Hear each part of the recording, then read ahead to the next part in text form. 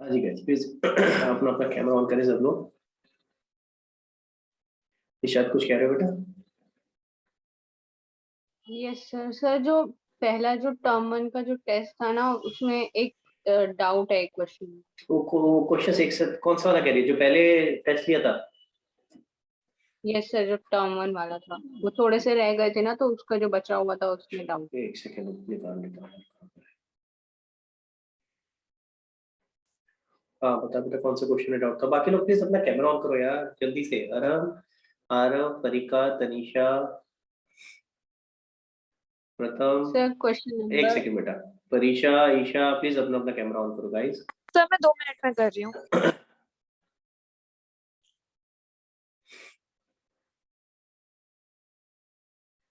हाँ निशा कौन सा क्वेश्चन में डाउट था बताओ। सर क्वेश्चन नंबर 48 और 55। 48। 48 में क्या लिखा है? Interest amount 5000 what will be the amount of reimbursement? कोई स्क्रीन शेयर है? नहीं स्क्रीन शेयर नहीं है। नो। स्क्रीन शेयर करते हैं आपके साथ। देखो क्वेश्चन ने क्या मांगा है यहाँ पे। What will be the amount of reimbursement? कि आप कितना रीइंबर्समेंट कराओगे if following expenses were incurred by पेटी कैशियर। तो अगर आप ध्यान से देखो तो रीइंबर्समेंट किस चीज का होता है? जितना खर्चा कर चुके होते हैं वही तो रीइंबर्स होता है। भाई आपको वापस से रीइंस्टेट करना है 5000 पे, तो आप कितना खर्चा कर चुके हो? 1450। Just second. 1050, 500 और 400 कितना होता है टोटल बताओ जरा। अच्छा 9 13 14। चेक करो ये आएगा 3400। तो सर रीइंबर्समेंट वो नहीं होगा जितना हमें और मनी चाहिए हाँ तो और उसको कितना चाहिए? 5000। तो यही तो चाहिए सर 3400 भाई। तो जब 3400 खर्चा कर देगी तो तेरा साल के जो महीना है महीने के एंड में कितना बचा होगा? 1600 रुपए। 5000 स्टार्टिंग में थे, 3400 का तूने खर्चा कर दिया तो बचा कितना है बेटा? सर मुझे लगा था रीइंबर्समेंट मतलब वो होगा जैसे मैंने 3400 मतलब यूज हो चुके हैं, तो ₹1600 मुझे और चाहिए उसको रीइंबर्स करने के लिए। नहीं आप समझ नहीं रहे, अभी भी पॉइंट नहीं समझे। देखो जब आप बनाते हो पैटी कैश बुक, देखो जरा यहाँ पर अगर है मेरे पास बनी हुई बुक।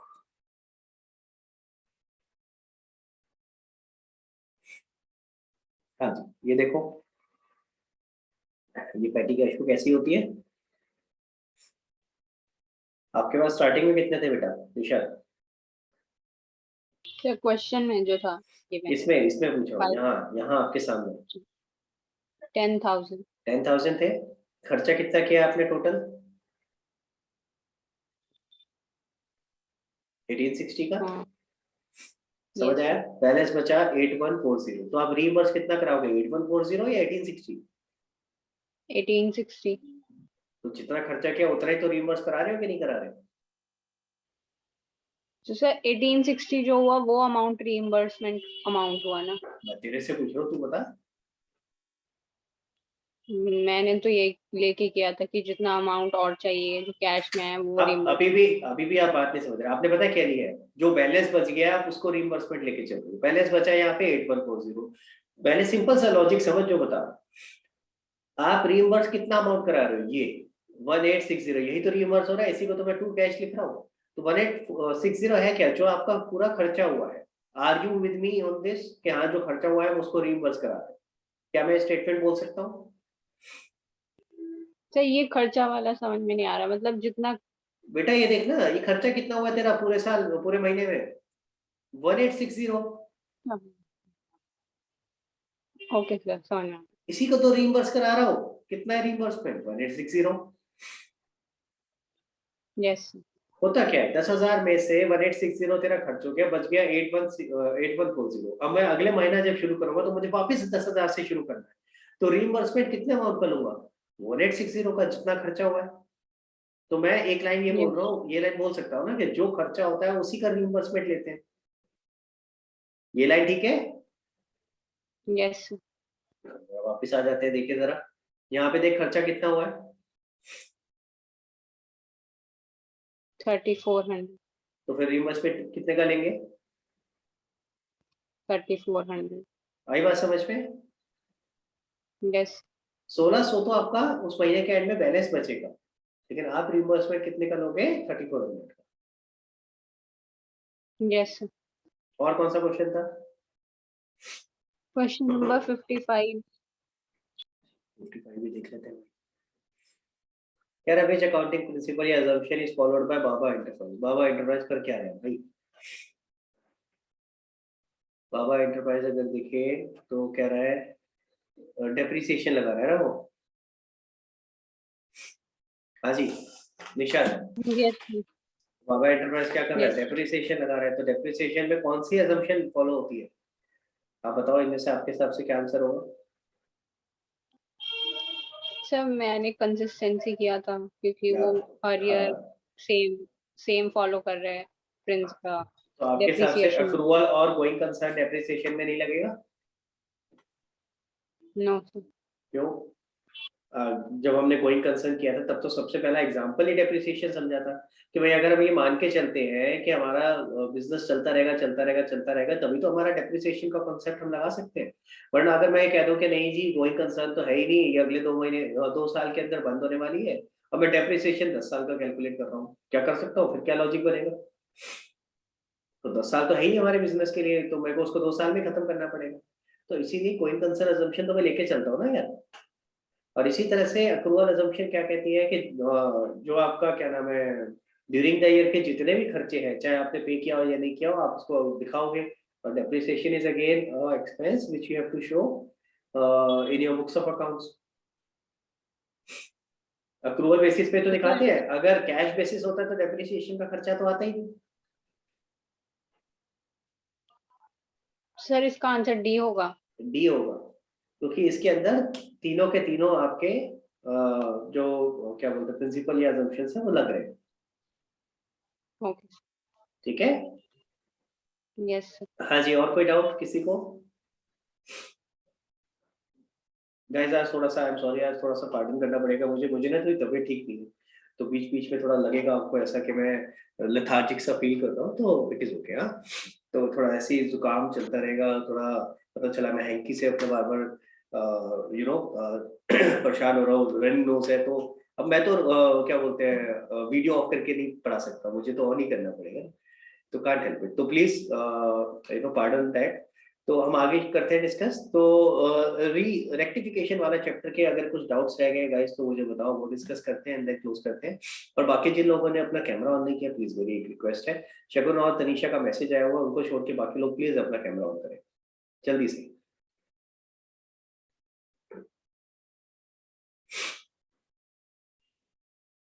ईशा बेटा आपका कैमरा ऑफ है अभी?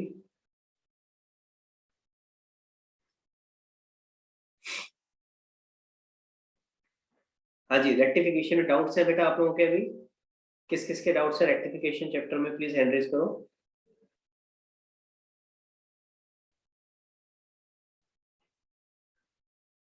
बाकियों के डाउट्स नहीं है? आराम क्लियर हो गया है रेक्टिफिकेशन पूरा चैप्टर? Yes sir.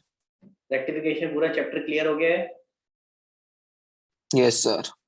तो जो डाउट्स होंगे अब आरम लेगा, ठीक है? आरम और आरम मिलकर के डाउट्स लेंगे, जो भी डाउट्स होंगे बिल फॉरवर्ड। बताओ परीक्षा कौन से क्वेश्चन में डाउट है?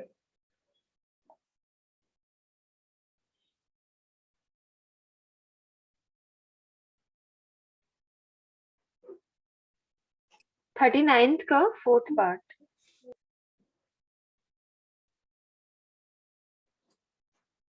पेज नंबर बता बेटा। 18.42। 0.42।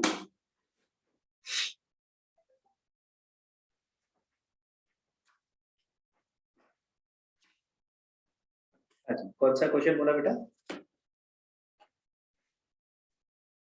39 का? 39th का फोर्थ पार्ट। हाँ जी बताओ भाई, 39 का फोर्थ कहाँ गया? ये अरब कहाँ गया? अरब 39 का फोर्थ पार्ट बताओ बेटा कैसे होगा?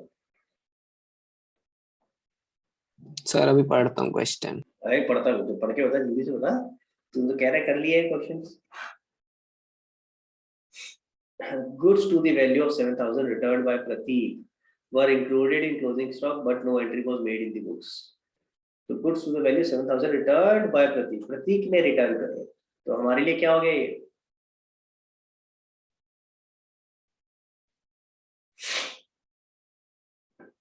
Sir sales return.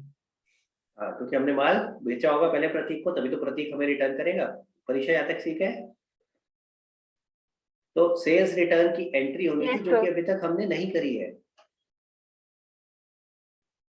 Sales return की एंट्री होनी थी जो हमने नहीं करी है, तो सेल्स रिटर्न की एंट्री बताओ क्या होगी? तो करेक्ट इफेक्ट क्या होगा बताओ, क्या होना चाहिए?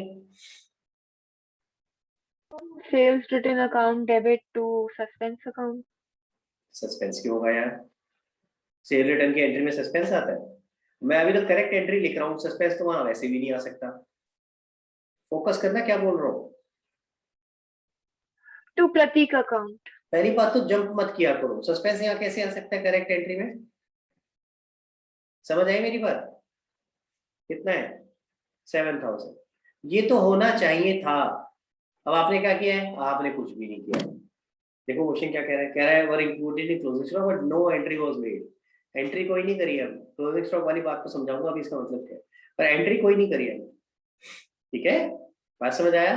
तो यानी रॉन्ग इफेक्ट में कुछ भी नहीं है। तो अब अगर हमें इफेक्ट देना है तो क्या होगा? सेल रिटर्न डेबिट होना चाहिए था, डेबिट नहीं हुआ है तो लो जी डेबिट कर दो। प्रतीक क्रेडिट होना चाहिए था, क्रेडिट नहीं हुआ है तो लो जी प्रतीक को क्रेडिट कर दे। This is the answer. आई बात समझ में?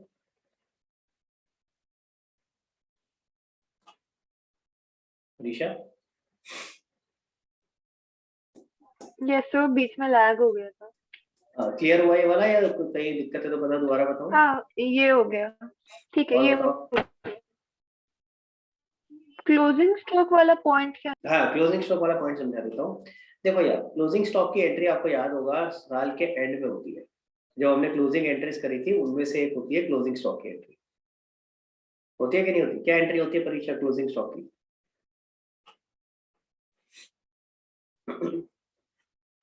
कौन बताएगा? Closing stock account debit to purchases account. और एक और बताई थी,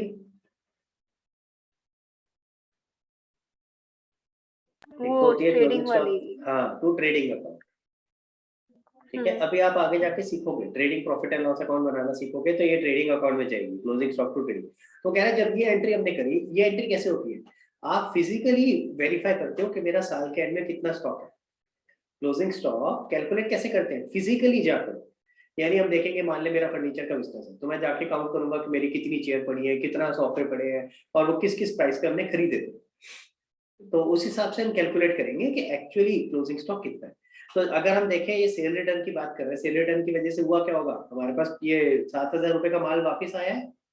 मान लेते हैं ये चेयर थी, चेयर वापस आई है 7,000 की। तो जब मैं फिजिकली वेरीफाई करने गया होगा, तो फिजिकली मैंने ठीक वेरीफाई कर लिया होगा, उसमें क्या, उसमें कंसीडर कर लिया होगा क्योंकि 7,000 की चेयर पड़ी थी। तो मैंने पहली एंट्री नहीं करी सेल रिटर्न टू प्रतीक, लेकिन जब क्लोजिंग स्टॉक की एंट्री करी होती तो उसको मैंने कंसीडर कर लिया। अगर वहां भी कंसीडर नहीं किया होता तो फिर आपको ये एक्स्ट्रा एंट्री करनी पड़ती, क्लोजिंग स्टॉक टू ट्रेडिंग या closing stock to purchases account. समझ आया? हाँ सर। ठीक है, Fifth तो part. क्लोजिंग स्टॉक कैसे होता है? क्लोजिंग स्टॉक फिजिकली वेरीफाई करके होता है। फिजिकली हम जाके चेक करते हैं कितना। चलो फिफ्थ पार्ट पे आ जाते हैं। क्या लिखा है? Goods costing 5,000 were purchase for various members of the staff and the cost was included in purchases. तो आपने गुड्स खरीदे कुछ, तो आपने क्या कर दिया? करेक्ट इफेक्ट लिखते हैं और रॉन्ग इफेक्ट लिखते हैं। अगर आपने स्टाफ के लिए कुछ गुड्स खरीदे, ठीक है, ये क्या हो रहा है ध्यान से समझो, ये गुड्स हमने स्टाफ के लिए खरीदे हैं, लेकिन ये इंक्लूड कहाँ पे कर दिया हमने? परचेजेस के अंदर। समझ आ रहा है? तो ये परचेजेस के अंदर इंक्लूडेड है। कह रहा है similar amount was deducted from the salaries of staff member concern and the net payment to them debited to salary account. तो हुआ क्या, क्योंकि स्टाफ के लिए खरीदे थे, जो उनको सैलरी देनी थी, वो सैलरी, उसमें से सैलरी में से तो हमने काट लिया। तो सैलरी जितनी देनी थी, क्योंकि हमने कुछ ये जो आइटम परचेज करी है स्टाफ के मेंबर्स के लिए, ठीक है, तो उनकी सैलरी में से अमाउंट तो काट लिया। उन्हें जब सैलरी पे करी तो नेट अमाउंट से पे करी। क्लियर? तो यानी सैलरी कम अमाउंट से पे करेंगे, तो उसमें ऑलरेडी 5,000 हमने माइनस कर रखा है, लेकिन परचेजेस के अंदर ये इंक्लूडेड है। यहां तक समझ आया?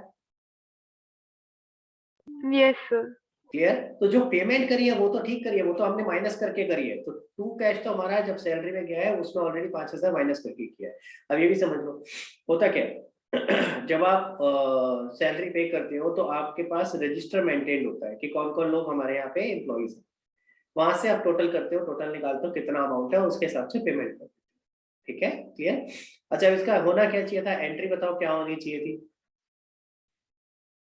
Employ welfare account debit to cash account. Employ welfare बोल सकते हैं, लेकिन अगर क्या बोलते हैं, एक सेकंड गाइस,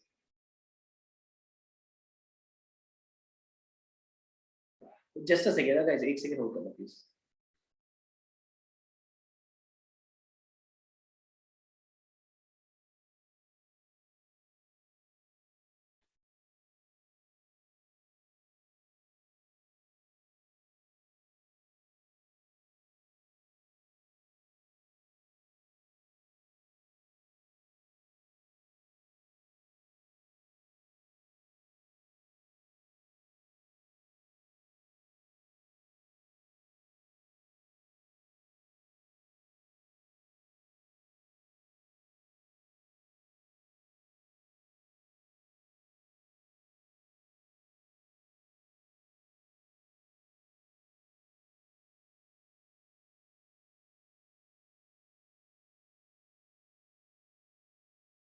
हाँ जी गाइस, सॉरी गाइस।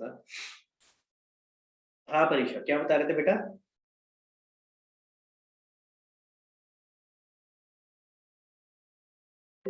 क्या सर?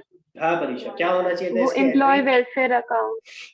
हाँ, एम्प्लॉय वेलफेयर आता, तब आता बेटा एम्प्लॉय वेलफेयर जब हम ये बियर कर रहे होते खर्चा खुद। ठीक है, अगर एम्प्लॉयज को जो भी हम बेनिफिट दे रहे हैं अगर खुद ही बियर कर रहे होते तब आता। लेकिन इसने आगे तो बोला है ना कि ये हमने कहाँ से काट लिया, उसकी सैलरी में से। Salary account. तो जब हमने सैलरी पे करी तब तो नेट अमाउंट पे किया। मान ले फॉर एग्जांपल आपको सैलरी पे करनी थी 1,00,000 रुपए और आपने 5,000 रुपए का ये बेनिफिट दे दिया, तो नेट आपने 95,000 पे किया। तो सैलरी जब पे करा तो 95,000 नेट पे किया। लेकिन आपने इस खर्चे को जो 5,000 का है सैलरी अकाउंट का, परचेज बुक में कर दिया। हाँ परचेज बुक में, मतलब परचेज में इंक्लूड कर रखा था उसने, ये बोला। ठीक है, तो आइडियली इसका जब आपको करेक्ट एंट्री करनी चाहिए थी तो क्या आनी चाहिए थी? आपको ये सैलरी के नाम से दिखाना चाहिए था। ठीक है, स्टाफ वेलफेयर नहीं आएगा। लॉजिक समझ आया क्यों नहीं आएगा? क्योंकि ये खर्चा हम बियर नहीं कर रहे हैं, हम यस ये सर। अपने एम्प्लॉयज पे पास ऑन कर रहे हैं। तो एक तरह से हम एम्प्लॉय के ब्याज पे खरीद रहे हैं। टू परचेज आना चाहिए था। क्लियर है गाइस? ठीक है, अगेन मैंने इसका कोई इफेक्ट नहीं दिया, मैंने ये वाली एंट्री पास ही नहीं करी है, मैंने तो सिर्फ सैलरीज कम करके पे कर दिया। कितना अमाउंट चाहिए? 5,000। तो जब आप रेक्टिफिकेशन एंट्री पास करोगे तो यही आपकी एंट्री बन जाएगी, सैलरी टू परचेज। क्लियर? समझ आया मेरी बात?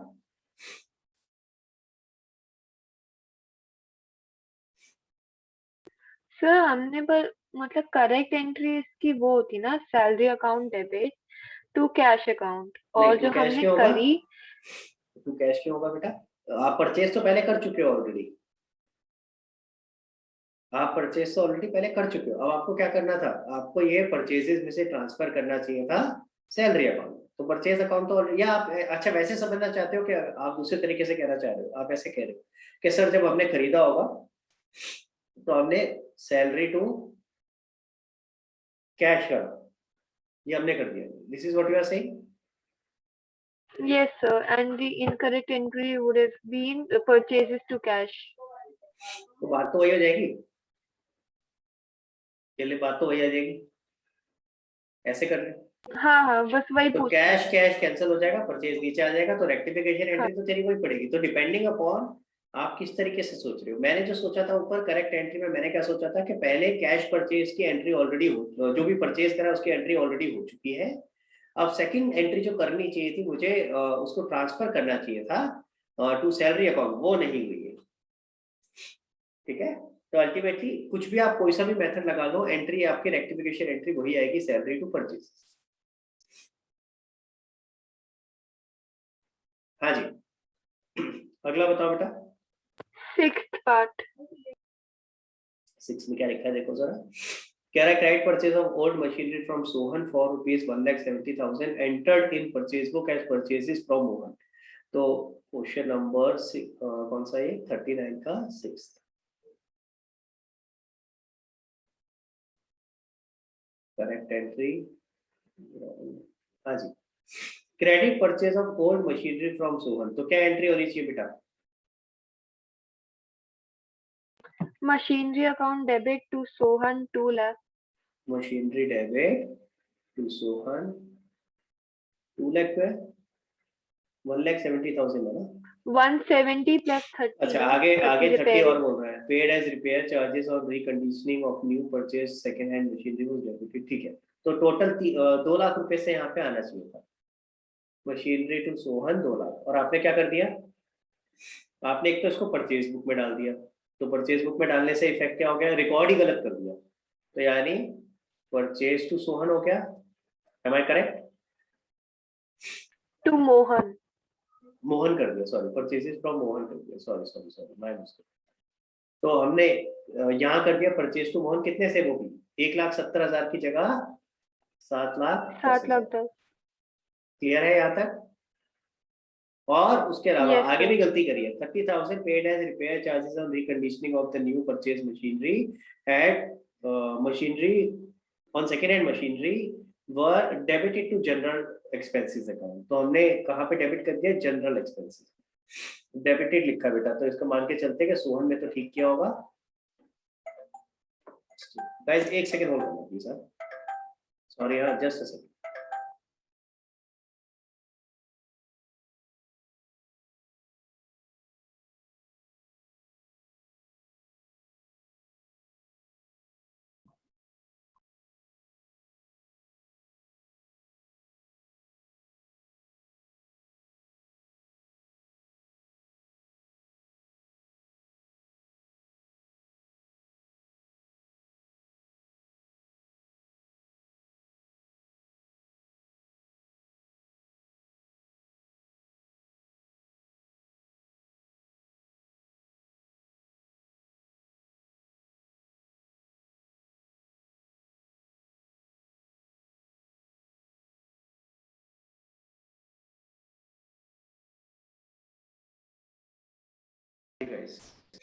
सॉरी गाइस, आज थोड़ा सा प्रॉब्लम रहेगा।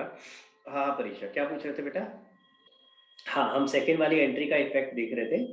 तो सेकंड वाली एंट्री में क्या इफेक्ट हुआ देखो, सेकंड एंट्री होनी चाहिए थी, कहाँ चला गया? रिपेयर वाला। तो रिपेयर में क्या कर दिया उसने? गलती से जनरल एक्सपेंस में डाल दिया, तो यानी उसने सेकंड वाले की एंट्री का इफेक्ट क्या दिया? जनरल एक्सपेंस कितना डेबिट? 30,000, और नीचे सोहनी किया, क्योंकि सिर्फ डेबिट गलत बोला है उसने, उसने ये नहीं लिखा है कि हमने इसको मोहन के नाम से डाला। Are you with me? Clear है यहाँ तक बेटा? समझ आया? Yes, sir. Yes, अब जरा sir. देखें, जरा अब इसकी रेक्टिफिकेशन एंट्री बना करके देखते हैं। मशीनरी डेबिट होना चाहिए था, हुआ है क्या? नहीं हुआ। No, sir. मशीनरी डेबिट हो जाएगा 2 लाख से। सोहन क्रेडिट होना चाहिए था, हुआ है क्या? हाँ जी हुआ है, पर कितने Yes, से हुआ sir. है? 30,000 से। तो 2 इसको lakh and 30. क्रॉस कर देते हैं, बचेगा कितना? 170। तो 170 से यहाँ पे हम क्रेडिट कर देंगे टू सोहन 170। यहाँ तक क्लियर है? तो जितनी भी आइटम आपकी करेक्ट एंट्री साइड थी वो तो हमने मैच कर ली। अब बचा क्या? जो जो बचा उसे रिवर्स कर दो। परचेज नीचे आ जाएगा, जनरल एक्सपेंस नीचे आ जाएगा, to purchase 710 to general expense 30,000, और मोहन जो नीचे था वो ऊपर चला जाएगा। सोहन तो कैंसिल आउट हो चुका है ना? देखो जरा मैच करके कि टोटल दोनों साइड का मैच हो रहा है कि नहीं हो रहा है? हो रहा है. हो रहा है? क्लियर हुआ बेटा कैसे बनाई एंट्री? सबको क्लियर है बेटा ये? Yes, sir. हाँ जी, और बताओ कौन सा पार्ट? 40 का 4th. 40 का, तो 40 का पहले 40 क्वेश्चन को समझते हैं जरा कैसे करना है, क्योंकि इसके अंदर सस्पेंस अकाउंट भी बनाना है, तो ये नई चीज है Suspense बेटा, account. इसको बनाना भी सीखते हैं कैसे होगा। तो सबसे पहले मैं सारी एंट्रीज कर देता हूँ और उसके बाद फिर सस्पेंस अकाउंट बनाना सिखाऊंगा। गाइस ये नया चीज है तो प्लीज ध्यान से सुनेंगे और देखेंगे कैसे करना। तो ये सारे ही पार्ट्स में करके दिखा रहा हूँ इसके, and then we will discuss कि इसको किस तरीके से सस्पेंस अकाउंट पे दिखाना। कह रहा है trial balance disclose the difference of 417 placed on the credit side of suspense account. Trial balance जब हमने बनाया तो क्रेडिट साइड में डिफरेंस था 417 का, हमने लिख दिया उसको सस्पेंस के नाम से। ट्रायल बैलेंस तो समझाया था ना मैंने, जब डिफरेंस होता है तो सस्पेंस लिख दिया हमने। अब उसके बाद हम करेक्शंस कर रहे हैं, तो उसके बाद करेक्शंस जो भी वन साइडेड करेक्शन होंगे उसमें ऑटोमेटिकली सस्पेंस आ जाएगा, डेबिट या क्रेडिट साइड जहां भी शॉर्ट पड़ेगा। तो देखिए जरा कैसे होगा। सबसे पहला करेक्ट इफेक्ट, रॉन्ग इफेक्ट। बताओ अभी पहले का क्या होगा परीक्षा। Goods worth ₹200 purchase from Sohan. Sohan से हमने 200 रुपए के गुड्स खरीदे हैं, had been posted to his account as 250। तो पहले करेक्ट एंट्री बताओ। So purchases account debit to Sohan amount 200. ये होना चाहिए था। अब क्या लिखा है, हैज बीन पोस्टेड, तो यानी कि बुक वाली साइड ठीक है, पोस्टेड पे हमेशा ऐसे खाया है ना कि आपकी बुक वाली साइड ठीक है, रिकॉर्डिंग ठीक है, सिर्फ जो आपने जो सोहन के अकाउंट में लेके गए हो वहां गलती है। तो यानी कि बुक वाली साइड कौन सी ठीक है, परचेज तो डेबिट किया है 200 से ही, लेकिन सोहन को क्रेडिट 200 की जगह क्या कर दिया आपने, 50. 250। आई बात समझ में। अब जरा मैच करते हैं, परचेज डेबिट होना चाहिए था, हो रहा है, सोहन क्रेडिट होना चाहिए था, हो रहा है, लेकिन 50 से एक्स्ट्रा हो रहा है, तो करेक्ट करने के लिए ऊपर चला जाएगा। तो रेक्टिफिकेशन एंट्री क्या बनेगी बेटा आपकी, सोहन ऊपर आ जाएगा, सोहन डेबिट 52 और कुछ नहीं है तो suspense account 50। Are you with me? Yes, sir. किसी को दिक्कत आ रही हो तो प्लीज हैंड रेस कर लेना बेटा, ठीक है। Second one again, correct effect, wrong effect and rectification. तो बताओ करेक्ट इफेक्ट क्या है। परचेज ऑफ फर्नीचर 500 का फर्नीचर परचेज किया, तो फर्नीचर तो कैश आना चाहिए था, या पार्टी का नाम लिख देता हूँ क्योंकि परचेज बुक में रिकॉर्ड हो रही है तो पार्टी ही होगी कोई ना कोई जिसका नाम होगा। तो यहाँ पे नाम नहीं दे रखा तो मैं एक ले लेता हूँ, परचेजेस टू क्रेडिटर, ठीक है। क्लियर है बेटा, कितने से, 500 से। और हमने क्या कर दिया, इसको परचेज में डाल दिया परचेज बुक में, तो हमने क्या कर दिया, purchases to creditor. Are you with me? Yes, sir. Clear हो गया। तो अब होगा क्या बेटा, फर्नीचर डेबिट होना था, हुआ है क्या, Creditor. नहीं हुआ। क्रेडिटर क्रेडिट होना चाहिए था, ये कैंसिल हो गया, परचेज नीचे आ जाएगा। तो आपका रेक्टिफिकेशन एंट्री क्या बनेगी, furniture debit 500 to purchases 500। Clear हो गया, इसमें कहीं भी Yes, sir. सस्पेंस अकाउंट नहीं आया। चलो थर्ड पे आ जाओ। हाँ जी, थर्ड क्या कह रहा है, instead of crediting Jian's account with correct effect और रॉन्ग इफेक्ट लिखते पहले यहाँ पे। हाँ, instead of crediting Jian's account with 512 it was debited by 215। तो हमें करना क्या था, इसको क्रेडिट करना था जियान को 512 से। समझ आ रहा है, यानी हमने क्रेडिट, जब भी हम जियान का अकाउंट बनाते हैं तो वहां पे क्रेडिट साइड में एंट्री आनी चाहिए थी। Are you with me? किस नाम से आनी थी ये नहीं लिखा क्वेश्चन में, वो हमें समझने की जरूरत भी नहीं है। अब बस ये बता रहा है वो क्रेडिट करना था जो कि नहीं किया है, और उसकी जगह क्या कर दिया हमने, इसको डेबिट कर दिया है। तो जियान अकाउंट को डेबिट कर दिया, वो भी गलत अमाउंट से 215। अगेन चेक करो करेक्ट एंट्री में क्या है, जियान क्रेडिट होना था, हुआ है क्या, नहीं हुआ है, डेबिट हुआ, क्रेडिट तो नहीं हुआ ना। तो इधर से कुछ भी क्रॉस नहीं हुआ, जियान नीचे आ जाएगा। तो रेक्टिफिकेशन एंट्री में क्या आएगा बेटा, 2 जियान 512 प्लस 215, जियान नीचे आ जाएगा तो ये दोनों ऐड हो जाएंगे ना। कितना हो गया, 5 और 2 7, 727. 727। और यहाँ क्या आ जाएगा, सस्पेंस। Suspense account. क्लियर हुआ? हाँ जी, लास्ट वाला देखते हैं जरा क्या है।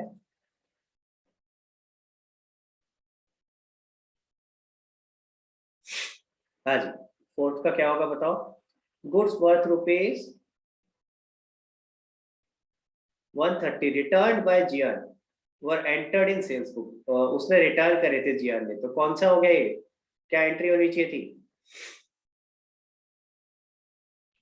Sales return account debit to Jian. Sales return to Jian, कितने से, 130। समझ आई बात? यानी ये किस बुक में जाना चाहिए था, sale Yes, return sir. Book में। क्या कर दिया, was entered in sale book, हमने गलती से सेल बुक में एंटर कर दिया। सेल बुक में एंटर किया होगा तो क्या होगा भाई, GR to sale. Are you with me? अभी मैंने पूरा नहीं पढ़ा है, अभी मैं एक एक करके स्टेप बाय स्टेप चल रहा हूँ to explain it to you. यहाँ तक क्लियर हुआ? Yes, sir. अगर यहीं तक लिखा होता तो समझ आ गया क्या होता, ठीक है। अब सेल बुक में एंटर करने के बाद सेल से सेल बुक से जियान के अकाउंट में पोस्टिंग होनी चाहिए थी, जियान के अकाउंट डेबिट साइड में, लेकिन आगे क्या किया, and posted there from to the credit of Gian personal account. यानी आपने डबल डबल गलती की, पहले तो एक तो सेल बुक में डाल दिया सेल रिटर्न की जगह, और उसके बाद जब पोस्टिंग करने लगे तो पोस्टिंग में भी फिर से गड़बड़ कर दी, जियान को डेबिट करने की जगह क्रेडिट कर दिया। देखो जरा ये लिखा है कि नहीं, Yes, sir. समझ आया? तो यानी नेट रॉन्ग इफेक्ट ये हुआ। गाइस ये बताओ सबको समझ आया कि नहीं, थम्स अप करके बताओ प्लीज मुझे। अगर क्लियर नहीं है तो प्लीज पूछो, ये वाला थोड़ा सा इसमें डबल डबल गलतियां हुई है तो थोड़ा सा एकदम से समझ नहीं आता कई बार। क्लियर है सबको? अवनी, ईशा, आपको क्लियर है बेटा? ओके, तो अब इसके बाद देखिए जरा क्या होगा। सेल्स रिटर्न डेबिट होना था, हुआ है क्या? Answer is no. Gian credit होना था, हुआ है क्या? हाँ जी हुआ है, हो गया। तो यानी बचा क्या, सेल बचा वो ऊपर आ जाएगा। तो यानी आपकी एंट्री क्या बनेगी बेटा, रेक्टिफिकेशन एंट्री,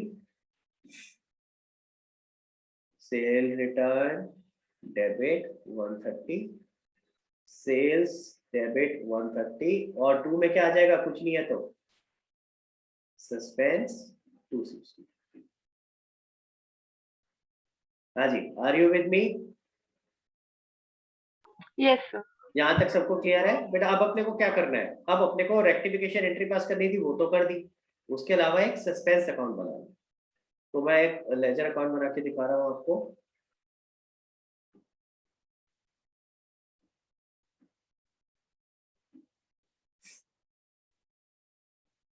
सस्पेंस अकाउंट, ठीक है। क्वेश्चन ने ऑलरेडी बता रखा है, जब आपने ट्रायल बैलेंस को क्लोज किया था तो उस समय कितना हमारा बैलेंस आया था, किस ट्रायल बैलेंस में कितना डिफरेंस आया था। पहली लाइन में देखो क्या लिखा है, 400 and और 417 on वो किस credit साइड में आया side. था, क्रेडिट साइड में। तो ये आपकी डेबिट साइड है, इधर इधर क्रेडिट साइड है, तो हम इसको डिफरेंस को लिख देंगे यहाँ पे बाय बैलेंस बीडी, ठीक है। कितना था, 417। Are you with me? भाई जब आपने सस्पेंस अकाउंट शुरू किया उस समय ऑलरेडी आपका क्रेडिट बैलेंस था सस्पेंस अकाउंट का, क्या नहीं? समझ आ रहा है मेरी बात? ठीक है, तो आपने ट्रायल Yes, बैलेंस sir. बनाने के बाद अब आप ये करेक्शंस कर रहे हो, तो ऑलरेडी सस्पेंस अकाउंट का बैलेंस आपका आ रहा है क्रेडिट बैलेंस 417।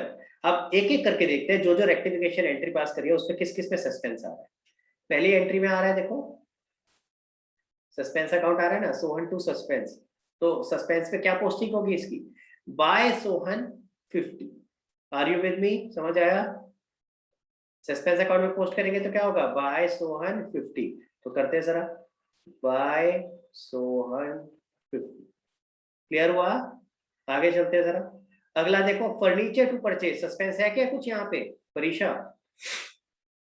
इसमें तो है नहीं, तो छोड़ दो इसको, हमें तो No, सस्पेंस sir. अकाउंट में पोस्टिंग करनी है ना सिर्फ।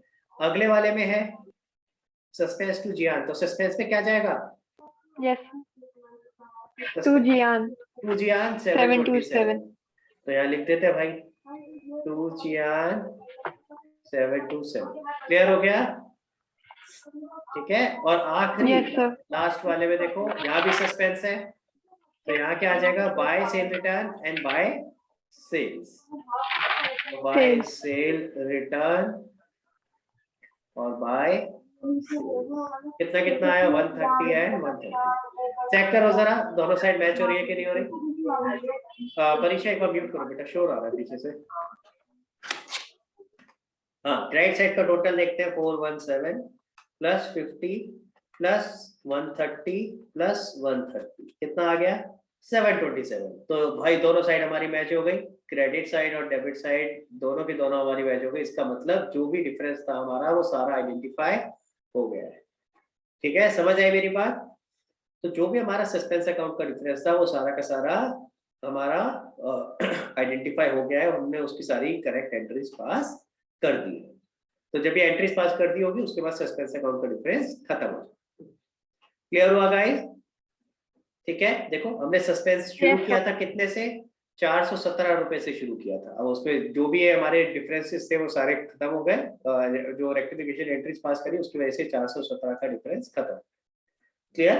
अच्छा, अब क्वेश्चंस में जरूरी नहीं है आपको ओपनिंग बैलेंस ये जो सस्पेंस का दिया होगा, ठीक है, क्वेश्चन में जरूरी नहीं है दिया हो, यहाँ तो दे रखा था 417 रुपए। ठीक है, आगे जैसे एक क्वेश्चन देखते हैं, देखिए जरा क्वेश्चन में है क्या। देखो 43 क्वेश्चन देखो, क्या 43 क्वेश्चन में आपको बता रखा है कि सस्पेंस अकाउंट का बैलेंस कितना है?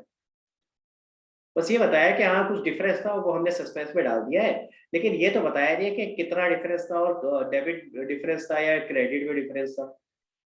समझ आ रहा है? क्वेश्चन नंबर 43 चेक करो। अवनी क्लियर हो रहा है बेटा? yes.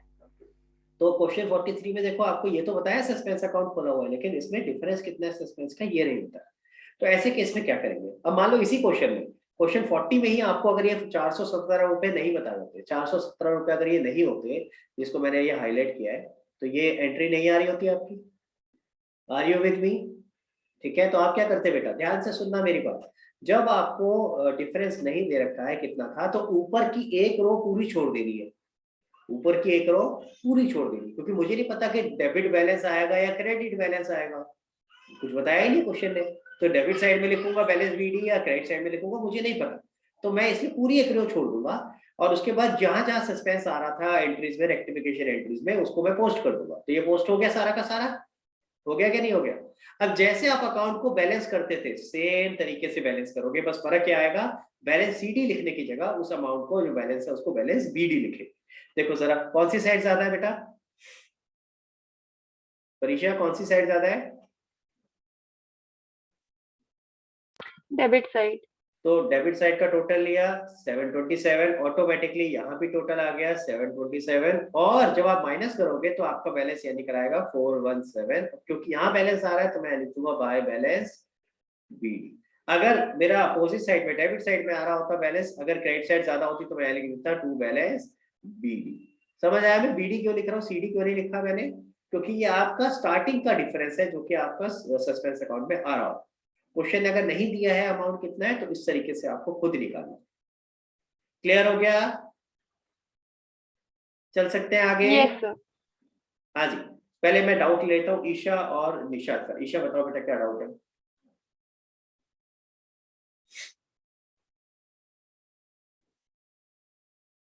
Isha are you there? Hang हो गया। निशा तो आप बताओ बेटा क्या डाउट है? सर मतलब सस्पेंस अकाउंट में कभी भी बैलेंस नहीं आएगा कुछ नीचे की नहीं तरफ। आ सकता है, आ सकता है, देखो वो भी समझा देता हूँ कैसे आ सकता है। ऊपर तो आएगा ही आएगा, ये क्लियर है, बैलेंस बीटी तो होगा ही होगा ना भाई, चाहे वो डेबिट साइड में हो चाहे क्रेडिट साइड में, ये तो पक्का। हाँ, क्या नीचे बैलेंस सीडी आ सकता है? आ सकता है। अगर आपने सारे के सारे जो मिस्टेक्स थी वो करेक्ट नहीं करी है, फॉर एग्जाम्पल मान लो ये आखिरी वाली एंट्री आपने नहीं करी, sale return sales to suspense, तो क्या होता बेटा, तो ये दो एंट्रीज आपकी यहाँ नहीं आ रही होती, यानी जब आप इसको बैलेंस करते हैं तो आपका यहाँ क्या आ जाता है, बाय बैलेंस सीडी 260 रुपए, 727 आपका डेबिट साइड ज्यादा है, डेबिट साइड लिखा, क्रेडिट साइड में जितना अमाउंट था वो माइनस करा, यहाँ लिखा, और यहाँ आ जाता टू बैलेंस बीडी 260 रुपए। समझ आई बात? यानी अभी भी 260 का डिफरेंस आइडेंटिफाई करना रह गया है। तो बैलेंस सीडी आ सकता है, सर, लेकिन बैलेंस बीडी तो होगा ही होगा ना भाई, ये तो हो ही नहीं सकता कि बैलेंस बीडी ना हो। तो अगर क्वेश्चन में आपको बैलेंस बीडी नहीं दे रखा है तो आपको पहले बैलेंस बीडी लिखना है, दोनों का डिफरेंस निकाल करके बैलेंस बीडी आए। अगर बैलेंस बीडी दे रखा है फिर चेक करो कि बैलेंस